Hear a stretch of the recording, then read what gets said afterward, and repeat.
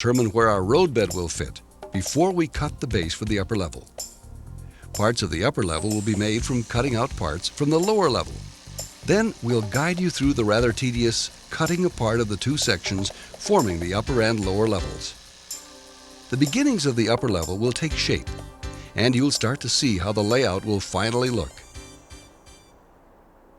Building a layout with track on two levels requires laying and testing the bottom level track before building the top level.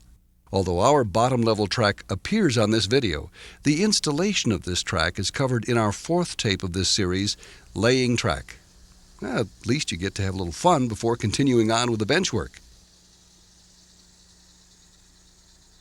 We'll need to cut the larger section for the upper level as well. And since we haven't figured out a way to levitate the upper level, we'll need to add a number of upright braces or risers to support that upper level.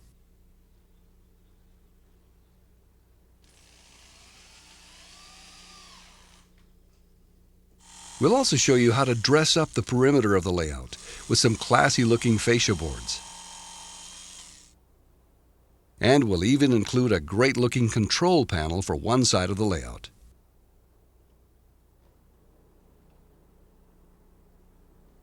The first step in building the lower level sub-roadbed is to place a 4 by 8 foot sheet of 1/2-inch plywood on our benchwork. You may need 2 people to handle this hunk of wood. Since the layout is wider and longer than any one sheet of plywood, we need to mark another sheet that will complete the width of the layout.